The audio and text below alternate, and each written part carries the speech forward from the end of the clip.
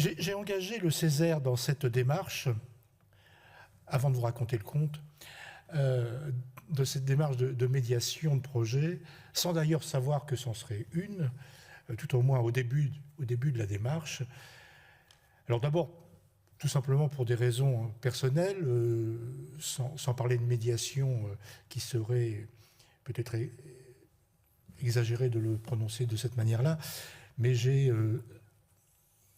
50 ans de militantisme d'éducation populaire et que dans ma deuxième partie de carrière, dans la fonction publique territoriale, eh bien, mes fonctions m'ont tout simplement conduite à aller vers la population sur de l'action sociale au sens très très très large du terme et puis également une formation complémentaire en psychosociologie qui me permet quand même, lorsqu'il y a un groupe, de situer à peu près les situations du groupe et de comment on peut agir en conséquence. Et je remercie d'autant plus Éric et Catherine que parler de médiation de projet par l'illustration de l'action du Césaire de Normandie est pour le moins hétérodoxe. Et moi j'aime bien les situations un peu biaisées, hétérodoxes, et qui pourraient apparaître, pour certains d'ailleurs, même jusqu'à prononcer ce mot d'incongru ou de saugrenu. En tout état de cause, nous sortons du strict cadre d'intervention du Césaire, et pour vous situer rapidement l'action du Césaire, c'est d'être dans des procédures relativement simples, d'être saisi par le président du conseil régional ou de s'autosaisir d'un sujet que nous considérons, et ça c'est un langage très très très Césaire, d'intérêt régional, sans autre définition que celle-ci, et d'y réfléchir collégialement et de produire, comme l'a dit Catherine, et de produire un rapport, de débattre en assemblée plénière du contenu d'un avis, et enfin, ce qui est fondamental, de délibérer. Et là se situe le cœur du métier du Césaire, ce qui laisse dire à certains que le Césaire ne sert pas à grand-chose, puisque c'est tellement facile que de délibérer de cette manière-là, puisque c'est facile, ce qui m'étonne, c'est qu'il n'y en ait pas plus. Néanmoins, dans cette brève introduction, l'honnêteté m'oblige quand même à évoquer qu'au cours du mandat précédent, à ma présidence, donc avant 2016, mes prédécesseurs, qui étaient Jean Calouart pour le Césaire de Basse-Normandie et Gérard Lissot pour le Césaire de Haute-Normandie, et leur alter ego d'ailleurs d'Île-de-France, étaient déjà sortis du strict cadre de la mission du Césaire, en s'alliant à 3 Césaires pour une cause tenant à peser sur l'environnement institutionnel, et cette cause, elle est revenue dans l'actualité récemment, c'est la LNPN, la ligne nouvelle Paris-Normandie. Et c'était déjà une autre manière d'aborder les choses, c'est-à-dire non pas de traiter à travers un rapport et une délibération en assemblée plénière sur l'avenir du chemin de fer en France ou en Normandie ou dans le Grand Ouest, peu importe le titre, c'était de peser sur les institutions, sur la SNCF, sur l'État, pour qu'il y ait une autre manière de penser le transport voyageur ferroviaire. Et c'était donc ce qui a permis de considérer qu'en 2016, je ne pars pas de rien. Il y avait déjà eu d'autres démarches d'une nature différente que l'action très orthodoxe de fonctionnement d'un Césaire. Et je précise aussi, et je vais rentrer ensuite dans le sujet, c'est que le Césaire, c'est la deuxième assemblée de la région, du niveau régional. En France, il n'y a qu'un seul niveau de collectivité territoriale, celui du niveau régional, qui a 2 assemblées.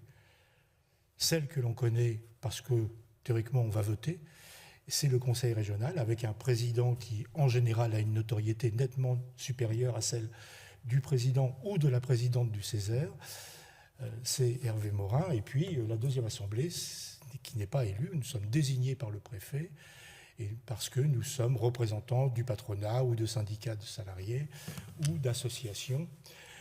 et nous délibérons sur ce que je viens de dire, sur des tas de sujets, et je vous invite d'ailleurs à consulter sur le site du Césaire les rapports. Vous pouvez les télécharger gratuitement, ça n'est pas un problème.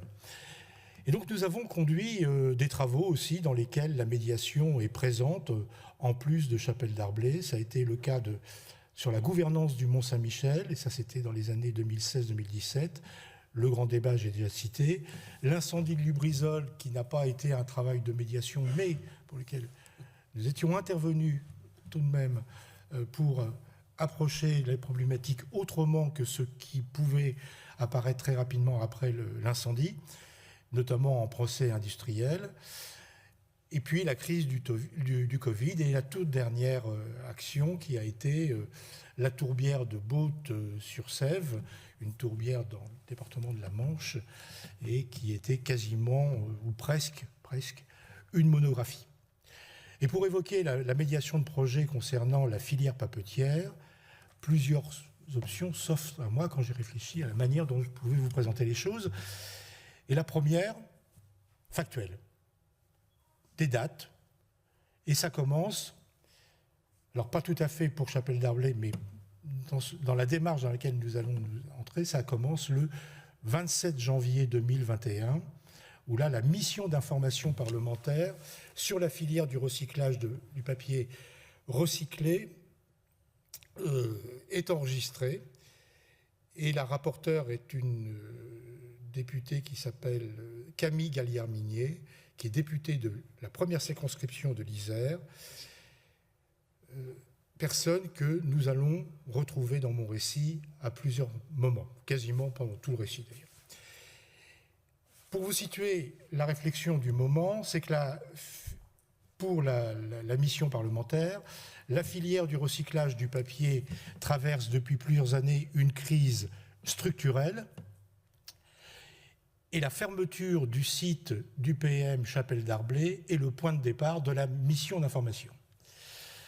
Après avoir analysé la situation du recyclage du papier en France et les causes de cette crise, la mission d'information cherche à y apporter des réponses concrètes sous forme de recommandations et de propositions. Les membres de la commission d'information ont fait le choix d'élargir leur réflexion à la question du carton. Le traitement des deux filières est en effet régulièrement commun à la production et la production de carton peut, dans certains cas, constituer une reconversion possible pour certaines papeteries en difficulté. Et ça, j'y reviendrai justement dans l'action de médiation proprement dit, puisque la question de la stratégie de reconversion industrielle est une question majeure. Et je vais tout de suite donner quelques éléments. C'est que quand on est en difficulté, on va vers le carton. Mais si tout le monde va vers le carton, il risque d'y avoir tout simplement un embouteillage, et finalement les difficultés rencontrées sur le papier vont se retrouver sur le carton.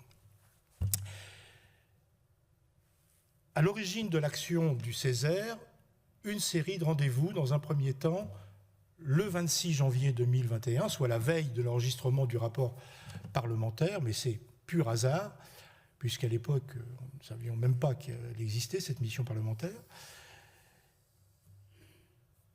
à quelques-uns, dont Catherine, et un autre individu, Hugues Sanson, nous visitons le site de Chapelle Darblay et nous rencontrons pour la première fois les trois garçons qui sont en haut de l'hémicycle.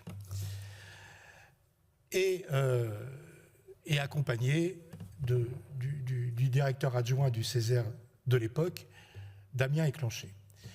Et je précise qu'à la fin de cette visite, au cours de laquelle nous découvrons trois hommes qui parlent, certes, du passé de ce site, mais surtout de l'avenir. Et c'est ça qui a un peu déclenché les choses, peut-être même beaucoup. Et à la fin de la visite, je ne sais pas comment ni ce que nous allons entreprendre, mais ce que je sais, c'est qu'on ne peut pas en rester là. Et l'objectif de la visite répond à la volonté des trois représentants du personnel de Chapelle Darblay qui tiennent la boutique et je leur dis très rapidement que je ne sais pas quand ni comment, mais que nous allons nous revoir. Et là, il va y avoir une série de rendez-vous, dont le 10 février 2021, à nouveau un rendez-vous avec Arnaud Dosser et Cyril Briffaut, et Hugues Sanson, qui est le chef de file du groupe CGT du Césaire, m'accompagne. Le 15 février 2021, et là il va y avoir une série de rendez-vous avec des élus, rendez-vous avec Agnès Canaillé, qui est sénatrice de Seine-Maritime, enfin à l'époque était sénatrice de Seine-Maritime, depuis sa destinée a un peu changé. Le 17 février 2021, rendez-vous avec Bernard Leroy, président de la communauté d'agglomération Seine-Eure. 18 février 2021, rendez-vous avec Nicolas Maillot-Rossignol, président de Rouen-Normandie Métropole. Et c'est là que se dessine un objectif de mobilisation des grandes villes du Grand Ouest de la France, qui fournit notamment les déchets papier et carton à Chapelle-Darblay. Rendez-vous le 24 février 2021 avec Olivier Paz, qui est le président de la communauté de communes Normandie-Cabourg Pays d'Auge, mais j'en reparlerai, qui n'est pas que président de cela, et qui sera assez déterminant dans la démarche. 24 février 2021, le même jour, rendez-vous avec David Marguerite, président de la communauté d'agglomération du Cotentin. C'était à ce titre-là que je le rencontrais. 2 mars 2021, rendez-vous avec Catherine Gournay-Lecomte, présidente du SDEC Énergie, donc rien à voir avec le contre-espionnage, qui est tout simplement le syndicat d'électrification du Calvados. Et le 4 mars 2021, rendez-vous avec Édouard Philippe, président de la communauté urbaine Le Havre, Seine Métropole. Et le dernier rendez-vous à 2 jours d'un autre événement, le 8 mars 2021, le rendez-vous avec Julie Lesage, la maire de Grand Couronne, commune du site de Chapelle-Darblay.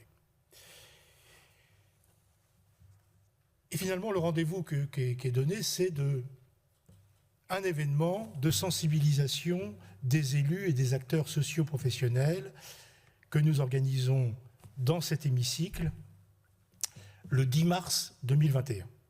Et le Césaire crée cet événement en se disant, en faisant venir des élus locaux de PCI ou de communes, eh bien nous allons mettre la focale sur le sujet de Chapelle-Darblay.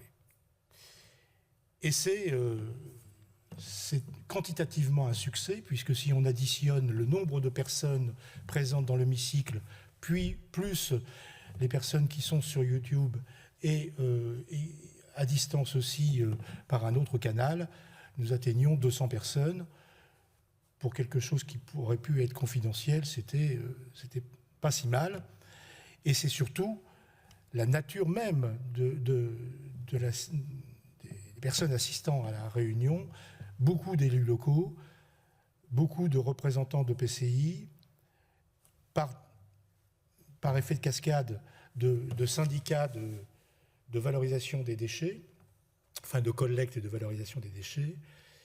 Et donc nous, ce que nous voulions faire, c'est-à-dire de créer les conditions du dialogue, était atteint dès cette journée-là. À ceci près que ce jour-là, nous constatons 2 choses. Alors, une première chose, dès que l'on parle de déchets, parce qu'il y avait une inquiétude à l'époque, la fermeture de Chapelle-Darblay faisait que l'inquiétude qui existait dans les communes et leurs regroupements, les intercommunalités, c'était la question de la destination des déchets. À partir du moment où une source était tarie, il y avait un vrai problème de destination, qui se doublait d'une inquiétude sur le prix. Le prix du déchet, tout simplement. Et que si personne ne voulait reprendre les déchets, le prix, par définition, pouvait s'effondrer, et il n'était pas déjà très très élevé à l'époque. La deuxième chose, c'était qu'il fallait gagner du temps. Et là, c'était lié au processus même de liquidation de Chapelle Darblay, c'est-à-dire que s'il fallait une reprise d'activité, il fallait dépasser le couperet de juin 2021. Et donc, du côté du Césaire, nous réfléchissions, mais d'autres solutions avaient été trouvées ensuite par les représentants du personnel de Chapelle Darblay, qui ont été particulièrement actifs sur cette question-là, mais c'était aussi de réfléchir sereinement à un futur modèle économique. Et on a émis un certain nombre d'hypothèses, notamment d'aller vers soit des produits d'emballage, mais tout le monde y pense, au carton, mais d'aller aussi vers de la production de ouate de cellulose. Et puis c'était aussi de trouver des structures relais pour qu'il y ait un repreneur potentiel, pas forcément définitif, mais qui permet de repousser la date de fin définitive de la possibilité que cette unité de production soit reprise. Mais dès ce moment-là, on émet des hypothèses, et seulement des hypothèses, car je n'envisage pas un seul instant que le rôle du Césaire soit de dire « voilà ce qu'il faut faire ». En revanche, le rôle du Césaire, dès ce moment-là, ça a été de « voilà comment on peut faire ». C'était beaucoup plus sur la forme que sur des options de reprise économique du site qui devait être ça et pas autre chose. Ce n'est pas le rôle du Césaire, tout au moins, ça aurait pu très bien l'être, mais ce n'est pas l'option que nous prenons. Pourquoi ce n'est pas l'option ? C'est parce qu'il y a justement 3 hommes qui, eux, sont là pour cela, et il n'est pas question de se substituer à ce que font les 3 représentants du personnel Chapelle Darblay. Ça, c'est la première chose. Et puis la deuxième, comme sur d'autres dossiers, je ne doutais pas que d'autres auraient forcément les solutions, y compris celles qui n'étaient pas applicables, et qu'ils allaient les proclamer haut et fort. Donc, il ne fallait pas aller là-dessus. Le deuxième intérêt, c'était de peser aussi sur le prix du rachat du papier et du carton collecté. Et ça intéressait beaucoup les collectivités territoriales et leurs regroupements. À ceci près que nous avons, pas sûr que j'y revienne, donc je le dis maintenant, nous avons des collectivités territoriales qui n'imaginent pas qu'elles sont partie prenante d'une filière. Elles fournissent de la matière première pour Chapelle Darblay, pour autant, elles ne se considèrent pas comme étant fournisseurs de matière première. Et c'était vrai à l'époque, c'est toujours aussi vrai aujourd'hui. Et ça, c'est une difficulté de cette filière, c'est-à-dire, culturellement, nous ne parvenons pas à considérer qu'un déchet est une matière première à part entière. Et donc, malgré tous les efforts que nous avons pu faire pour mobiliser notamment les élus qui sont venus ce jour-là de manière évidente, encore aujourd'hui, on ne peut pas dire que les collectivités territoriales se considèrent partie prenante de l'avenir de Chapelle Darblay ou d'un autre site de production de papier, de carton, de ouate de cellulose, qu'importe le produit fini. La démarche n'est pas allée jusque-là. Donc nous avons une matière première surabondante, mais pour laquelle nous avons aussi des fournisseurs qui ne se sentent pas véritablement partie prenante. Le 10 mars, il y a un nombre important, dont un représentant d'Agnès Pannier-Runacher, qui est la ministre déléguée auprès du ministre de l'Économie, des Finances et de la Relance, qui est chargé de l'industrie, et un certain nombre d'autres acteurs qui sont présents et que nous reverrons par la suite. Et puis, une personne, mais ça vous le savez, qui a été déterminante dans l'affaire, Nicolas Mayer-Rossignol, qui ce jour-là ne fera pas de grandes annonces d'ailleurs, mais suffisante quand même pour voir des représentants de Saint-Étienne, de Nancy, de Nantes, présents à cette réunion et montrant que ce sont des co-signateurs d'un courrier qui est envoyé au président de la République.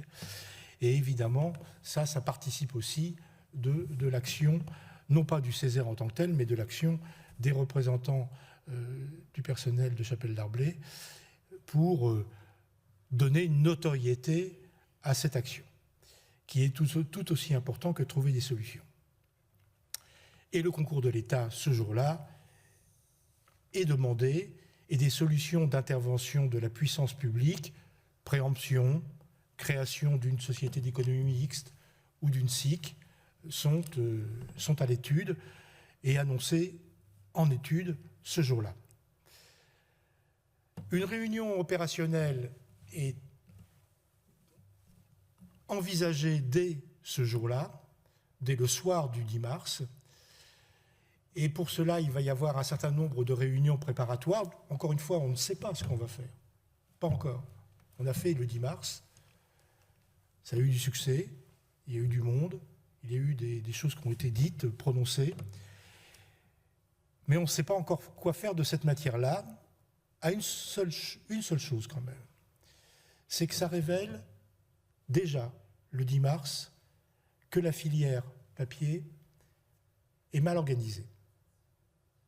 Quand on se retrouve, l'hémicycle est vide, le soir du 10 mars, on se retrouve avec Damien Éclenché, le directeur adjoint du Césaire, et avec Camille Gallière-Minier, qui est la députée qui est venue, d'une certaine manière, rendre compte de ce qu'elle faisait, de cette mission parlementaire. Et on en déduit très rapidement, le soir même, que la filière est mal organisée et qu'elle est fragile en cela. Il peut y avoir des attaques et elle ne sait pas comment réagir, y compris du côté des industriels. Et donc il va y avoir une série de réunions, les 22 mars 2021, puis 6 mai 2021, 4 octobre 2021.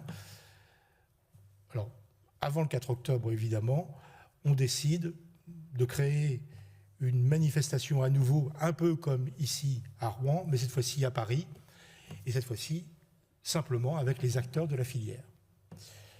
Représentants patronaux, des syndicats de salariés et des associations thématiques qui promeuvent la production de papier. Et l'objectif cette fois-ci est de proposer aux représentants de cette filière cet espace de dialogue que l'on a initié le 10 mars, et cette fois-ci, eh bien, de le rendre un peu plus pérenne et d'échanger sur leurs problématiques, les problématiques communes aux différents acteurs de la filière. Et les discussions ont porté sur des thématiques aussi variées que la complémentarité des fibres vierges et recyclées, qui paraîtrait peut-être à un néophyte d'une évidence absolue, et qui, pour les professionnels, n'en était franchement pas une. Le 21 octobre 2021, dans un tiers-lieu parisien, eh bien, il y a eu un très très long échange entre les acteurs du recyclage et ceux de la fibre vierge, donc à partir du bois. Et ça a été particulièrement long. Je vois Cyril qui opine du chef, c'était même quelque chose que je découvrais. Alors, on a su ensuite pourquoi. C'est parce que les détenteurs ceux qui représentent l'industrie du papier vierge avaient lu le rapport parlementaire. Et ce qui était valorisé, c'était à partir du déchet. Et donc, on a tout de suite considéré que si une mission d'information parlementaire excluait le papier vierge, c'est que ça en était fini, le papier vierge. Ce n'était pas l'intention de la rapporteure, et ça n'était pas non plus l'intention de la mission d'information, à ceci près que, sur un malentendu, on peut soit réussir, soit complètement faire capoter les choses. Et ça, on allait vers cela. C'était aussi de travailler sur les habitudes des consommateurs. Et là, c'était d'autres sujets qui n'avaient pas grand-chose à voir avec la production de papier, quoique, mais c'était de contrecarrer tout le discours très vert du numérique.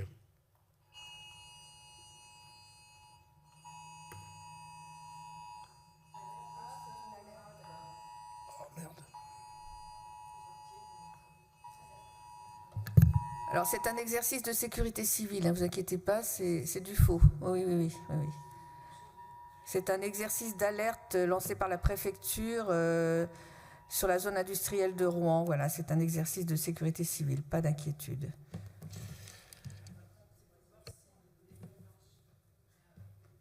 Et donc c'était notamment sur le numérique, car on le constate tous, le numérique a réussi à montrer que de jeter des papiers, c'était... Si vous répondez oui au message, vous allez continuer à avoir des... je pense.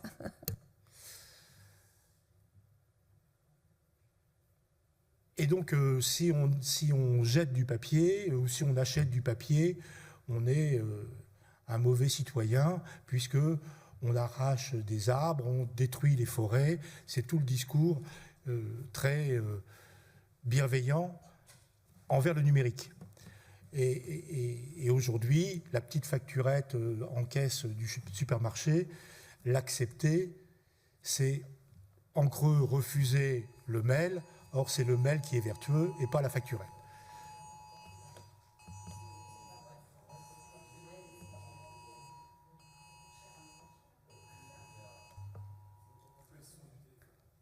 Non, parce que moi c'était coupé. Hein. Non, il y avait un petit message. Voulez-vous continuer à recevoir les messages d'alerte? Il fallait dire non. Trop tard. Bon. Non, le son aussi, moi c'était coupé, donc ça se déclenche. Ben, c'est plutôt positif, hein. Mais bon, on va être dérangé malheureusement. Ou alors on met tous les téléphones à côté. Bon allez, on va continuer. Et puis il y avait aussi des questions donc, de prix de matières premières, de fiscalité, de conjoncture internationale et européenne, sur le prix du papier notamment. À cette époque-là, le prix est très bas. Certains considèrent qu'il sera toujours très bas. Depuis, le prix du papier a augmenté et c'est un prix qui fluctue comme quasiment toutes les marchandises qui sont sur le marché international. Et donc le 21 octobre, nous avons cette fois-ci la preuve que la filière est fragile, et notamment par un événement aussi simple que ce que je vais vous décrire. Des représentants de différents ministères sont présents à cette réunion du 21 octobre. Ils ont répondu présents. Et ce qui est assez intéressant, c'est qu'il y a un représentant de la filière papetière qui interpelle directement les représentants du ministère de l'Environnement sur la question justement du rapport numérique papier sur les bons gestes écologiques. Et son argument est très juste. Et que va répondre le représentant du ministère? Est-ce que vous nous avez rencontrés? Et la réponse est non. Non seulement ils n'ont jamais rencontré les représentants du ministère, mais ils n'ont jamais cherché à les rencontrer. Et là, ça montre tout cela. C'est-à-dire qu'on a d'un côté le numérique, mais c'est vrai aussi du côté du plastique, et donc de la filière pétrole, chimie. Et là, il y a tout simplement personne pour défendre les intérêts du papier. Une autre anecdote que je vais vous donner, c'est je rencontre un représentant de la filière chimie Normandie, France Chimie Normandie.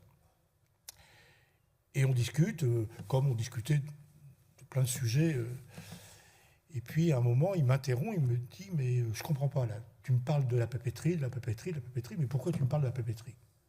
Et c'était un représentant de la filière chimie qui, en plus, avait fait écho sur la démarche de Nicolas Maillot-Rossignol. Donc, un, je pensais que j'étais en terrain conquis, et deux, qu'est-ce que la filière chimie pouvait faire pour la papeterie? Et je dis, mais je te parle de la papeterie parce que la filière chimie, elle a quelques intérêts à garder un site papetier en Normandie. Il y a certes toute la partie chimie classique que l'on entend, mais il y a aussi le papier. Et finalement, le papier qui, à la fois, dépend aussi des actions que la filière chimie va pouvoir faire comme de la filière bois, et dépend finalement de ces deux secteurs, ça montre bien que ça fragilise la filière papetière. Et la filière papetière dépend finalement de deux stratégies qui sont complètement différentes. Et la filière bois étant aussi fragile, d'ailleurs, eh bien, nous avons une filière papetière qui est d'autant plus fragile que les centres de décision ne dépendent pas forcément d'elle. Et ça nous renforce, nous, dans l'idée qu'il faut accompagner la filière papetière qui se trouve quasiment à tous les carrefours en situation de fragilité. Et le 21 octobre, on se partage un peu les rôles avec Camille Galliard-Minier. Moi, je dis à la filière, vous êtes fragile, vous êtes mal organisé. Et à mon grand étonnement, parce que je m'attends à ce qu'ils disent, mais mêlez-vous de ce qui vous regarde, eh bien, ils répondent, oui, on est mal organisé. Sauf un. C'est un représentant d'un site industriel papetier dépendant d'un grand groupe international. Je pense que lui, il n'avait pas forcément intérêt à considérer que le pensait fragile. Et Camille Galliard-Minier, en fin de réunion, propose qu'on se retrouve sous la forme d'un groupe de travail. Et là, ils répondent oui, à nouveau. Donc on les verra, tout ce monde-là, on le reverra dans ce groupe de travail l'année d'après, puisqu'on a considéré qu'il fallait un peu de temps pour organiser tout cela, et on se retrouvera en février, mars et avril. Il y aura aussi une démarche que nous allons continuer au mois de novembre, puisque un membre du Césaire, le président de la commission développement économique de l'époque, Olivier Fleutry, qui est maintenant deuxième vice-président du Césaire, va rencontrer Agnès Pannier-Runacher. Et là, Agnès Pannier-Runacher ne va donner rien, aucune information, aucun engagement, en apparence tout au moins. Alors je ne sais pas si elle était au courant qu'à Matignon, les choses commençaient à bouger, puisque entre Noël et jour de l'an, le Premier ministre va prendre fait et cause pour le papier.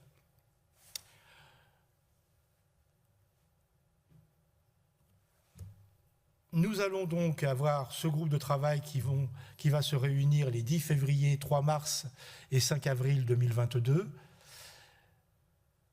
Je n'en dis pas plus sur le contenu puisque j'y reviendrai.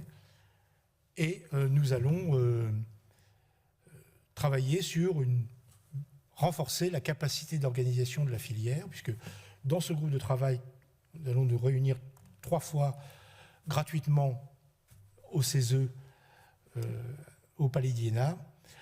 Eh bien, ces acteurs-là vont travailler sur la communication, sur l'organisation de la filière et sur un certain nombre de dossiers. Et surtout, ce qui va être intéressant, c'est qu'ils vont pouvoir s'adresser directement à la députée Camille Galliard-Minier sur tout simplement des projets de loi qui peuvent, sans forcément que l'Assemblée nationale le veuille d'ailleurs, mais nuire à la filière papetière sur des éléments de détail qui ne sont affaires que de spécialistes, mais qui ont été aussi importants. Donc il y a eu un dialogue qui s'est installé directement entre la députée et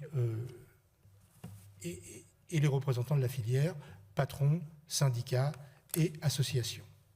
Le 10 mai 2022, la métropole acquiert Chapelle Darblay et revend le site à Veolia l'après-midi. Et le consortium Veolia Fibre Excellence prévoit des investissements dont le montant va varier et peut-être encore dans les semaines qui viennent, puisque rien n'est complètement fait dans ce domaine, tout autant pour moderniser l'outil industriel que de convertir la ligne de production du papier journal et de produire du carton d'emballage. Voilà sur les aspects factuels, et je pourrais vous la raconter autrement, et je vais vous la raconter sous la forme d'un conte.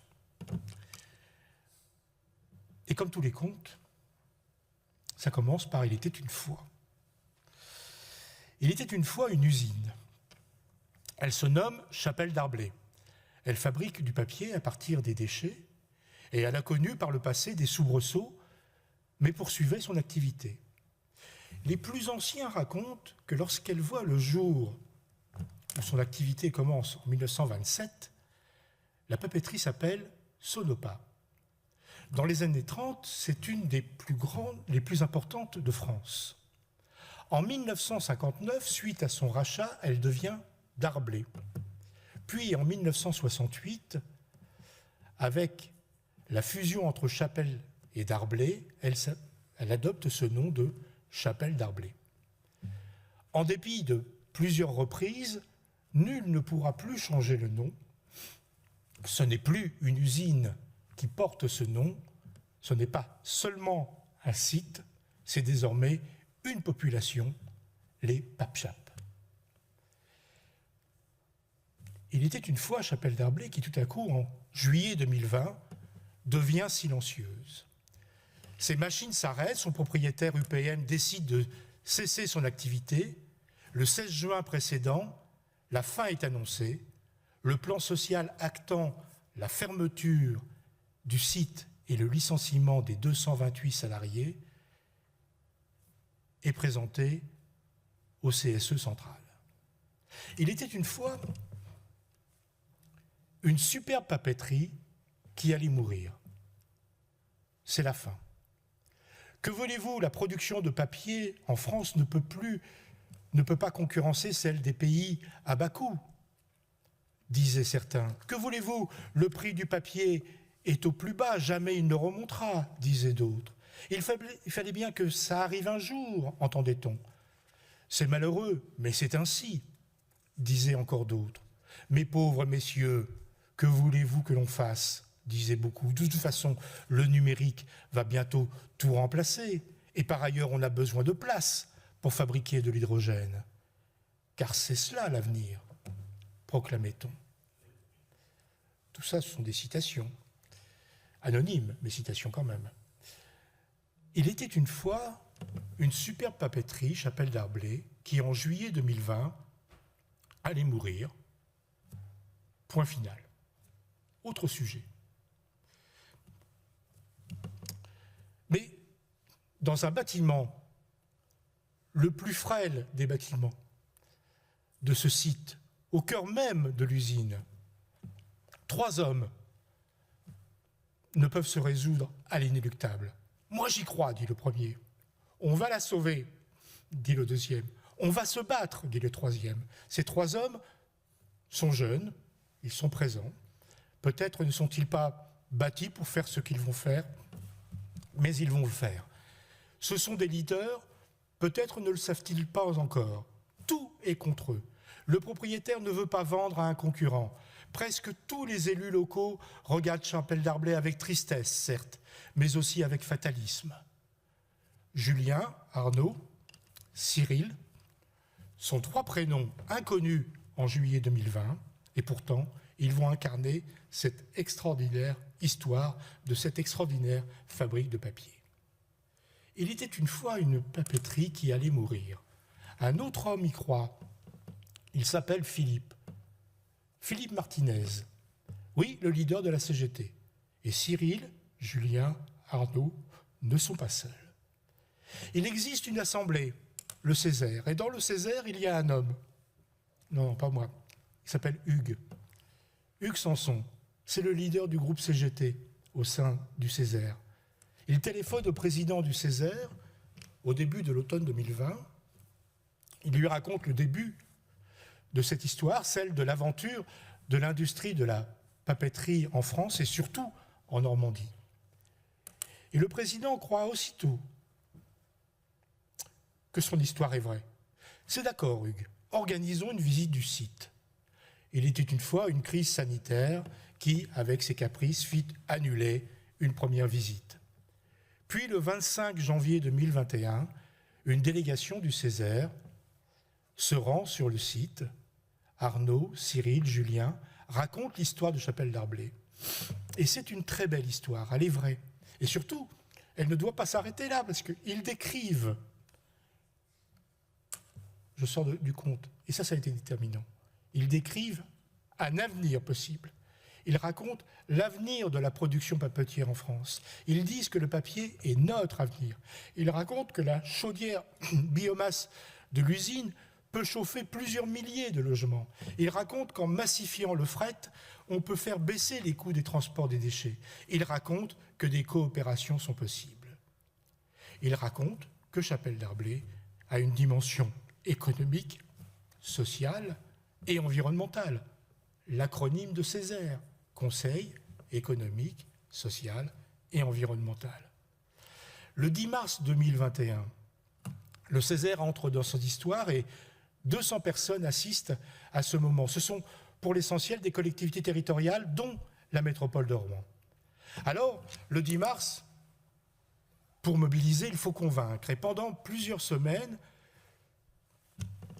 celui qui vous raconte cette histoire va rencontrer des présidents d'intercommunalités, des maires, des présidents de syndicats de traitement des déchets. Souvent, il convainc, parfois, c'est l'échec. À l'Assemblée nationale, les députés planchent. Ils planchent sur la filière papetière. Sa rapporteure se nomme Camille Gallière-Millet, députée de l'Isère. Nous invitons la rapporteure le 10 mars, elle est accompagnée de Stéphanie Kerbach, députée de Seine-Maritime, celle-là même qui avait souhaité que Camille Gallière-Millet soit la rapporteure. Merci Catherine.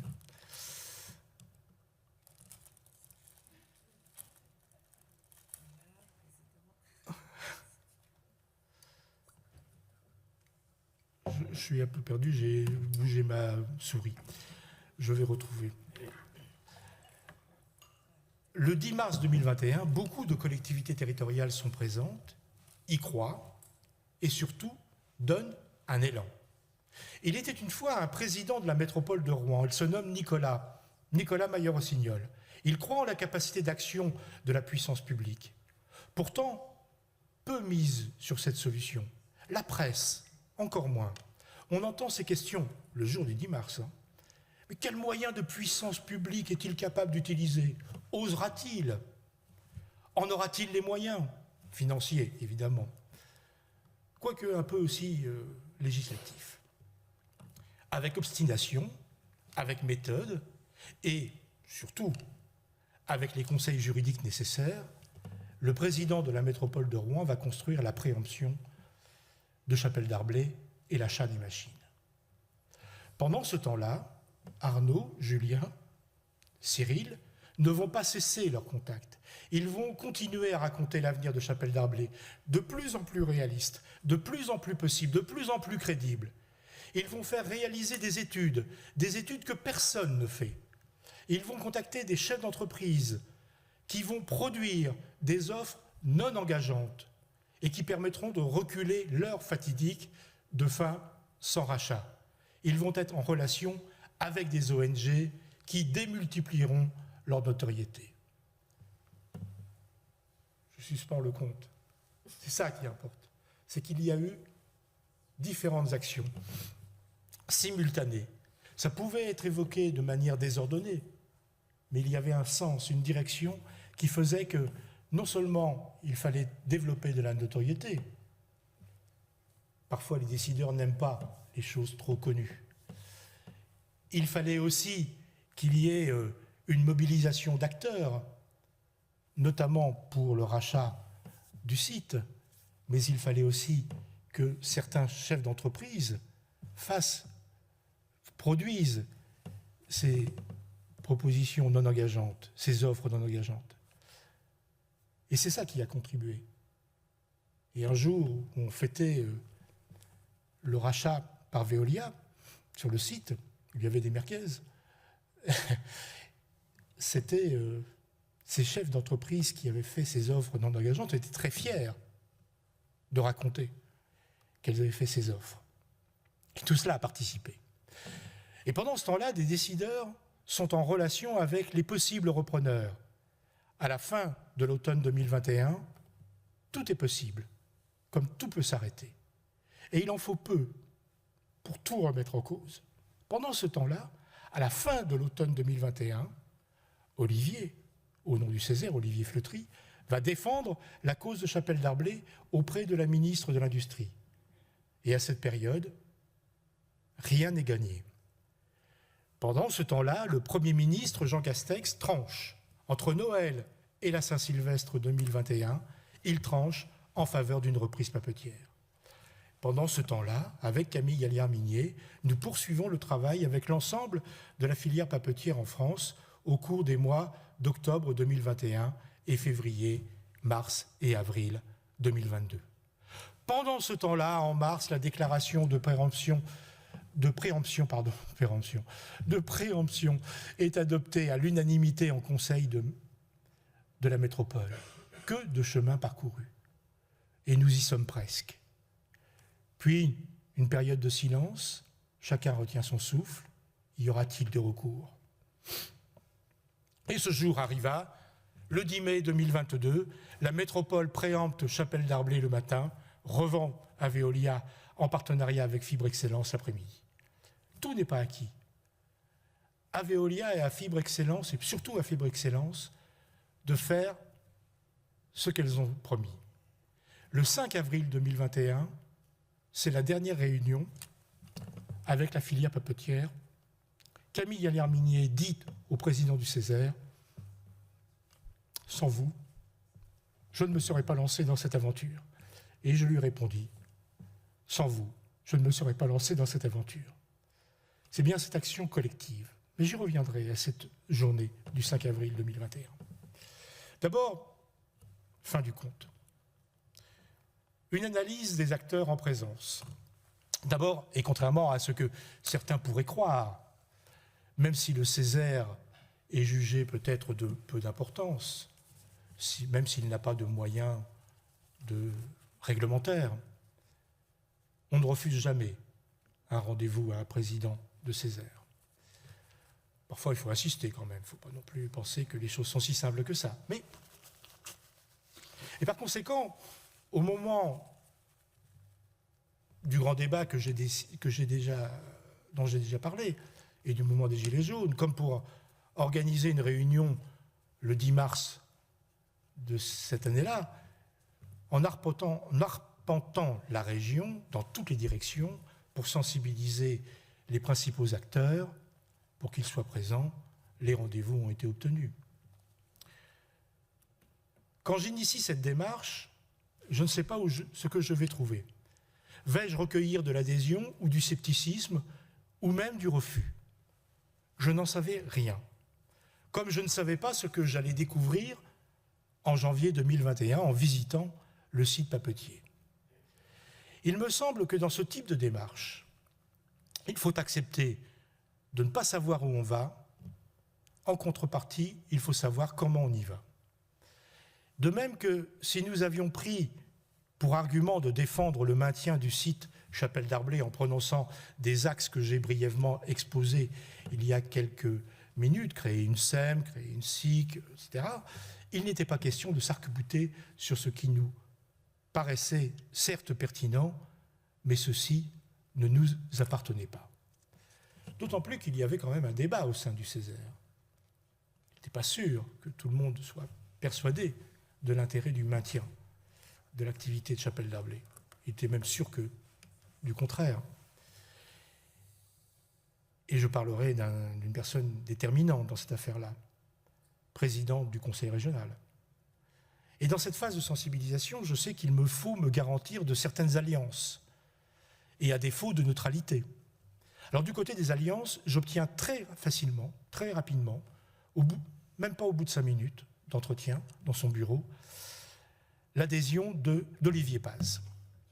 Olivier Paz est le maire de Merville-Franceville, il est le président de la communauté de communes Normandie-Cabourg-Pays d'Auge, il est surtout président du syndicat pour la valorisation et l'élimination des déchets de l'agglomération caennaise, et plus encore, il est le président de Normentrie, qui fédère plusieurs syndicats de collecte de valorisation des déchets dans l'ex-Basse-Normandie.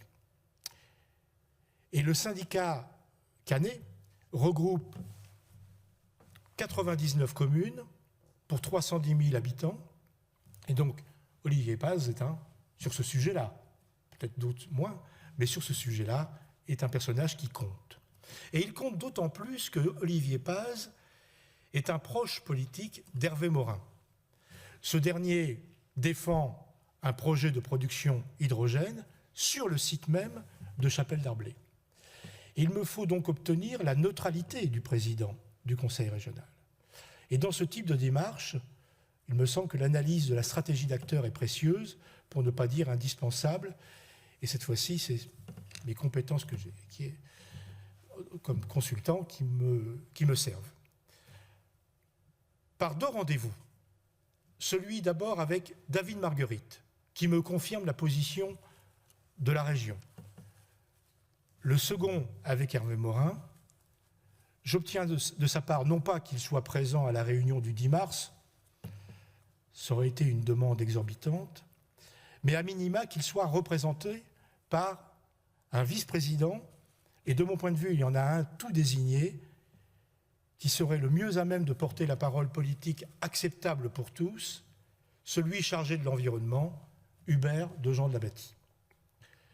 Et au cours d'un rendez-vous avec le maire de Sainte-Adresse, puisque c'est d'abord le maire que je vais rencontrer, ce rendez-vous est totalement informel, il est en dessous des radars, raison pour laquelle cette date ne figure pas dans mon agenda du Césaire, et j'obtiens la confirmation de sa présence.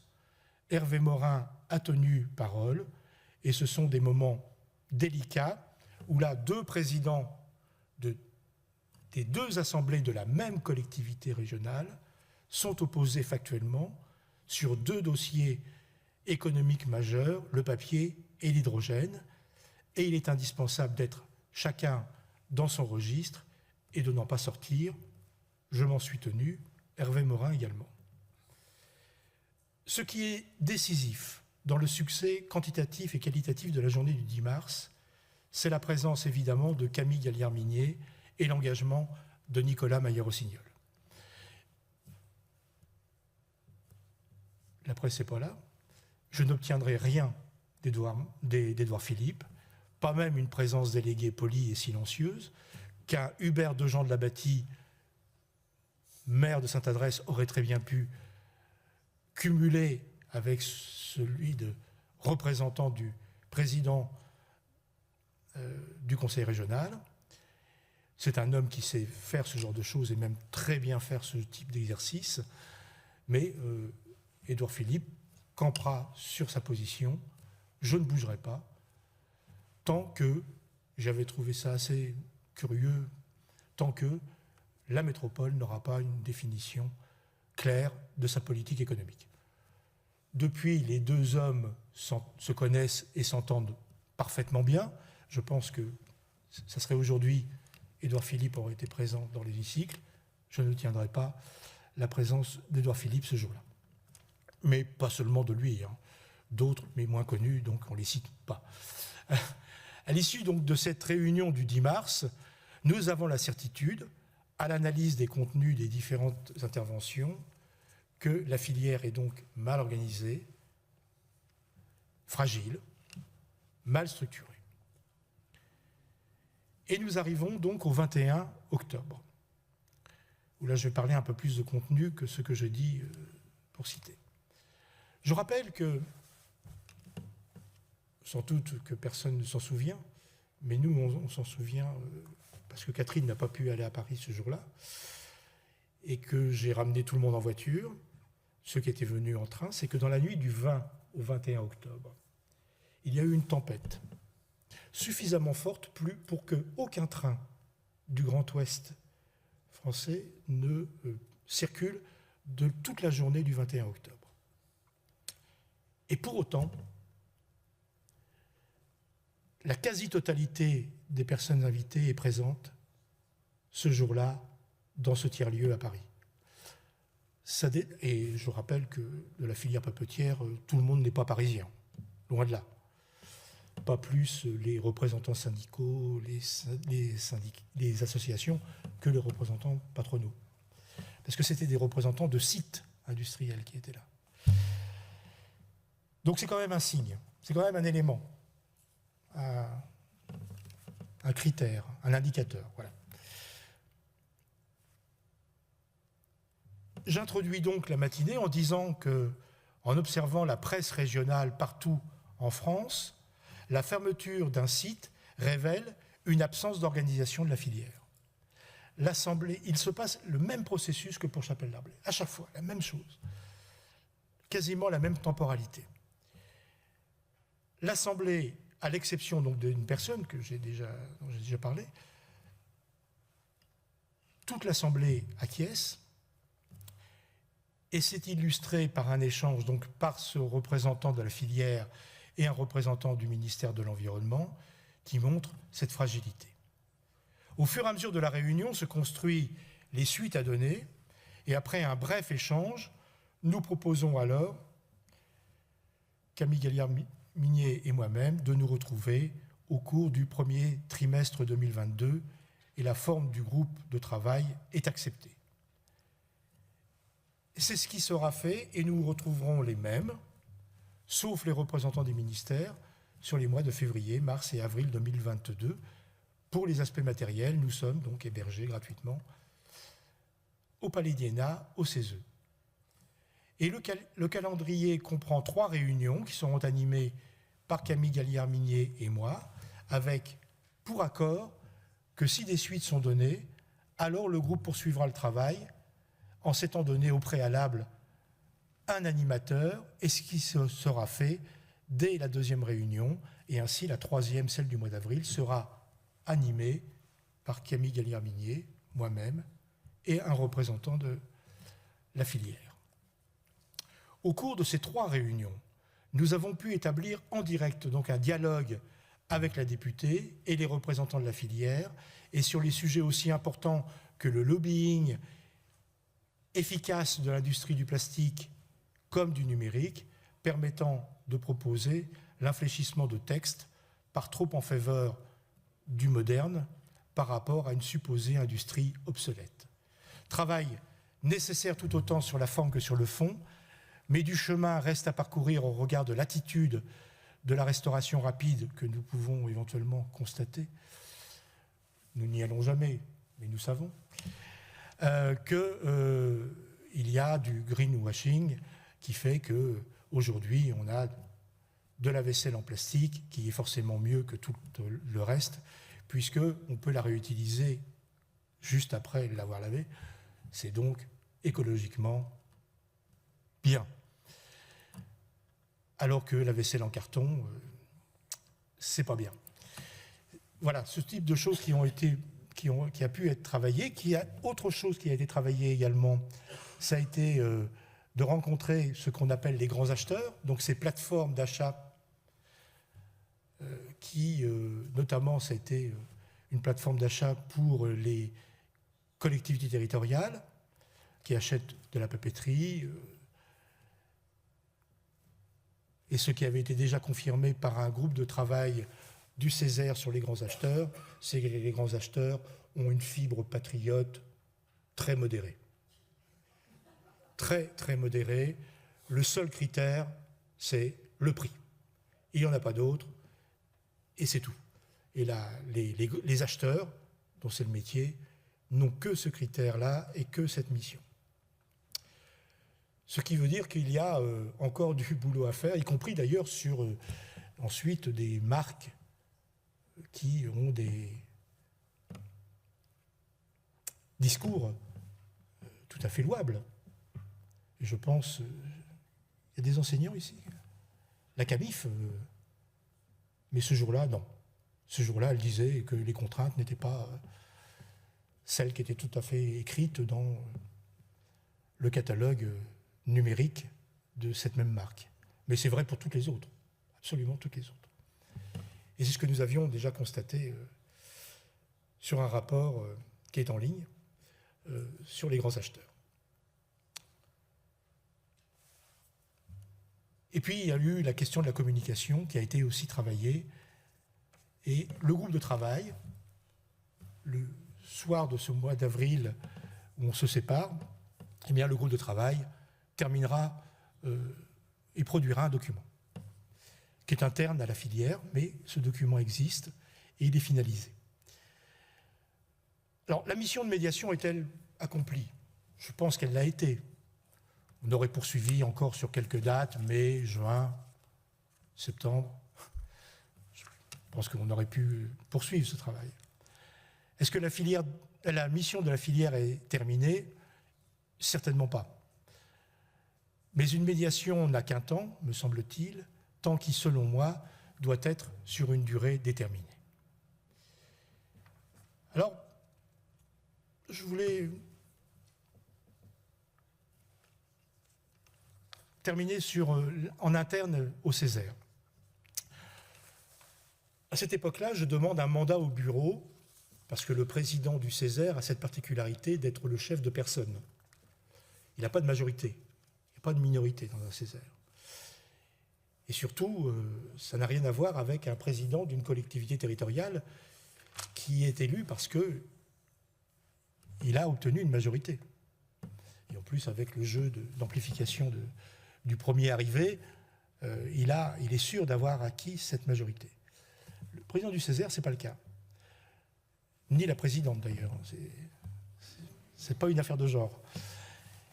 Ce qui fait que pour ce genre de démarche, eh bien, après la visite du site en janvier, je demande mandat au bureau de conduire ce travail. Et je l'obtiens très facilement cette fois-ci. Et j'ai bien cette fois-ci parce qu'il y a un passé, que j'ai déjà cité d'ailleurs. C'est le grand débat et le mouvement des Gilets jaunes. En décembre 2018, je demande mandat au bureau du Césaire pour aller voir des élus locaux et pour organiser ces débats. Et là, ça a été beaucoup plus compliqué. C'était la première fois que je demandais ce genre de choses. Et il y a eu des oppositions très fortes. Je ne citerai personne, mais si vous le saviez, vous seriez peut-être surpris. Et je finis par un long débat. Ce matin-là, c'était à Caen. Je finis par obtenir une majorité finalement confortable. Si on regarde le compte-rendu, la majorité est confortable. Entre deux, j'ai eu quelques doutes. Et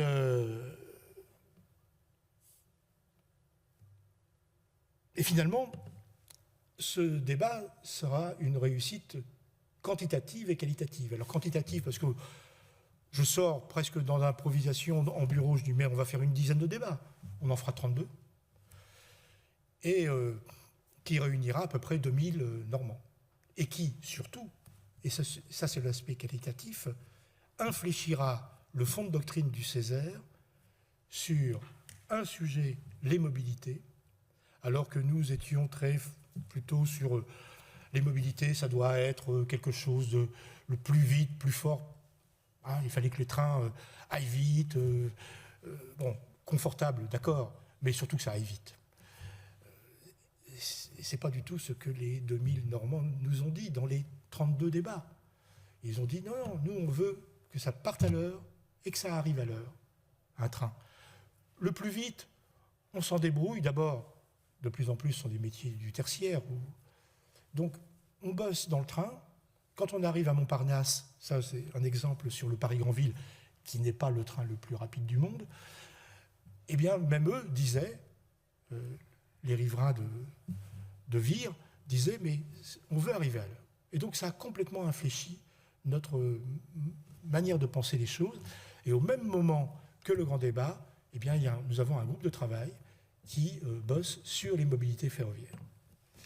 Donc, qualitativement, ça nous apporte énormément de choses, énormément d'informations. Donc, c'est une réussite. Ce qui fait que quand je demande au bureau mandat pour lancer ce travail en soutien à Chapelle Darblay et de la filière papetière, j'obtiens facilement le mandat, alors que parmi les personnages que j'ai pu citer, membres du Césaire, certains ne sont vraiment pas convaincus de la réussite de la démarche. Mais j'obtiens quand même le fait de pouvoir le faire. Alors on m'a posé souvent cette question-là, est-ce que j'avais peur d'échouer ? D'abord, je n'avais pas peur. Et l'échec, je ne sais pas où il peut se situer dans ces moments-là. Peut-être qu'aux différentes phases, la filière pouvait me dire « mêle-toi de ceux qui te regardent ». Et bien c'était terminé. Le soir du 21 octobre, on arrêtait les choses. Ça aurait été un début d'aventure qui n'allait pas plus loin. L'échec, je ne suis pas sûr que... est-ce qu'il fallait le définir en échec ? Personnellement, je n'en sais rien, ça ne s'est pas produit. Mais comme le groupe de travail, est-ce que le Césaire répondait à sa vocation en entreprenant une telle démarche ? Alors ça, je suis persuadé que oui. Le Césaire, c'est pas orthodoxe, comme je l'ai dit en introduction, mais c'était dans la mission du Césaire, et c'était véritablement sa vocation, à une condition, c'était de mouiller sa chemise et de s'impliquer. Alors, pas sur le fond, puisque nous n'avons fait que faire parler les gens, mais sur la forme, c'était évidemment de s'impliquer. Et pour terminer, je voudrais mettre un peu d'humour dans cette affaire-là, c'est-à-dire qu'est-ce qui a pu motiver vraiment complètement le fait que je le fasse. Alors d'abord, parce que les trois garçons qui sont en haut de l'hémicycle ont parlé de l'avenir. Ça, c'était vraiment fondamental. Et ont voulu que ça soit connu. Un parallèle, alors pour l'humour, c'est après. Un parallèle par rapport à une autre usine papetière, Alizé, où le représentant CGC du personnel d'Alizé me téléphone en me disant ce que tu fais pour Chapelle Darblay, tu ne pourrais pas le faire pour... Mais non, ça n'a pas été possible. Il ne voulait pas que ça se sache. Il ne voulait pas que ça prenne de l'ampleur. À partir de là, ce n'était pas possible. L'action du Césaire n'allait pas... là, il faut payer un consultant. Ils sont là pour ça, les consultants. Mais du côté du Césaire, l'Assemblée, elle aurait forcément rendu compte, au moins en interne. Alors peut-être que la presse n'aurait pas été intéressée comme elle a été intéressée par Chapelle Darblay, mais moi je ne garantissais rien du tout. Et il y avait un engagement entre le propriétaire du site d'Alizé et les représentants du personnel de continuer à négocier sans que cela se sache. Et là, ce n'était pas possible que le Césaire s'implique dans ce cadre-là. Et ça a été vrai pour un autre site qui n'était pas papetier dans le Sud-Manche. Donc, c'est pour cela que le Césaire a pu le faire. Et donc, c'était de mouiller sa chemise ou de retrousser ses manches, comme vous voulez, et aussi d'y mettre une certaine dose d'optimisme. C'est-à-dire, on va y arriver, ou comme Cyril Briffaut a pu le dire, un jour, on va la sauver, cette putain de boîte, c'est forcément l'expression d'un optimisme. Alors, comme j'ai pu m'exprimer déjà au sein de l'Assemblée, c'est de quel optimisme faut-il parler ? Et c'est la partie humour. Un optimisme euphorique, par exemple, avec la meilleure des volontés, l'euphorie, à moins d'absorber des substances plus ou moins licites au préalable, serait plus de l'ordre de l'indécence vis-à-vis des papechapes qui avaient été licenciés et qui mettaient de l'espoir dans l'action de leurs représentants. Pas plus qu'un optimisme inconscient, du type aller au front, la fleur au fusil, qui correspond plus à la peur du peloton d'exécution pour refus de combattre. Un optimisme jovial alors, cet optimisme bonhomme, vous savez, celui exprimé par le hobereau local de nos anciens chefs-lieux de canton, ce notaire qui, le jour du marché, faisait une apparition pour évaluer le taux de richesse de la population et prendre ça et là quelques rendez-vous pour l'achat d'une parcelle ou la vente d'une chaumière. Souriant, rassurant, l'optimiste jovial l'est beaucoup plus pour lui-même que pour les autres. Je pourrais également verser dans l'optimisme courtois. C'est un optimisme affable, aimable, avenant, élégant et même gracieux, pour tout dire poli. À la réflexion, l'optimisme courtois en situation de crise est à la fois trop ou pas du tout adapté. Il y a bien l'optimisme disruptif, un rien macronien, un optimisme qui rompt avec l'existant, un optimisme à casser la baraque, un optimisme qui fait que l'on ose, plus encore, que l'on ose oser. Nous serions pris par l'enthousiasme du nouveau, de la hardiesse, de l'aventure. Nous sortirions de la retenue, nous trancherions dans les acquis, ceux des salariés, ceux des rentiers, ceux des retraités, ceux qui investissent dans la pierre, ceux des parachutes dorés, que sais-je encore. Mais nous avons déjà donné dans cet optimisme-là. À moins de passer de l'optimisme disruptif à l'optimisme révolutionnaire. Du passé, faisons table rase, passons à la décroissance heureuse, ou bien à une 6e République dont personne ne connaît les termes, ou bien encore, lançons la France dans de nouvelles conquêtes du monde. Et pourquoi pas, adieu les classes sociales. L'inconvénient du disruptif et du révolutionnaire, fût-il optimiste, se résume à « tout dépend de qui détient le pouvoir ». Par conséquent, je ne me sens pas enclin à répondre favorablement aux sirènes de cet optimisme-là. Je passe sur l'optimisme béat, attentiste, passif, ça ira mieux demain, qu'il soit chanté ou scandé, il ne tient que du registre de l'incantation. Subir est une chose, si c'est temporaire, sous le coup de la sidération par exemple. Mais attendre des jours meilleurs en considérant que nos gouvernants résoudront nos problèmes tient plus de l'espoir dans un chef unique et protecteur, en une forme de magie, mais je ne crois pas plus en la magie du politique qu'à celle de feu Gérard Majax. Il existe bien l'optimisme de la volonté, avec cette phrase célèbre, il faut allier le pessimisme de la raison à l'optimisme de la volonté, écrivait Antonio Gramsci dans ses carnets de prison. Cette phrase signifie qu'il n'est pas question de se résigner à l'inéluctable, il n'existe pas de destinée tracée, au risque d'avoir la prétention de nuancer le propos de Gramsci, l'optimisme de la volonté est aussi un optimisme de raison. À une condition, la raison évoquée doit être raisonnée et non pas raisonnable. Plus sérieusement, et en référence à des concepts, et notamment ceux d'Edgar Morin, ce qui, moi, m'a motivé dans cette affaire-là, c'est l'optimisme de construction. L'optimisme de contribution, d'action, de rassemblement. L'optimisme du collectif, de la coalition. Un optimisme permettant de retrousser les manches. Cependant, parce qu'il y a crise, je reste persuadé que nous, collectivement, avons le devoir d'agir de telle sorte que nos propos ne restent pas lettre morte. Et pour cela, et pour bien me faire comprendre, j'ajoute un nouvel adjectif. Nous devons construire et conduire un optimisme d'impertinence. L'optimisme d'impertinence n'est ni impoli ni injurieux. Il n'y a pas pour but de déchaîner les foules, de transformer les craintes en vociférations, les vociférations en révolte. L'optimisme d'impertinence, c'est bien plus que cela. C'est de se mêler de ce qui ne nous regarde pas. Et c'est de se mêler des chasses gardées du politique, de l'économique, et du social. C'est de dire notre quotidien nous appartient, l'optimisme d'impertinence est de dire et de proclamer que la politique est une chose trop sérieuse pour la laisser aux seuls professionnels. Évidemment, elle n'est pas de moi cette phrase-là.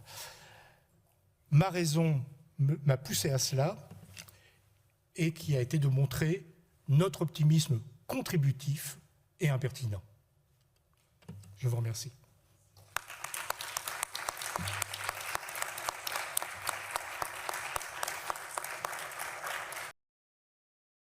Que la politique est une chose trop sérieuse pour la laisser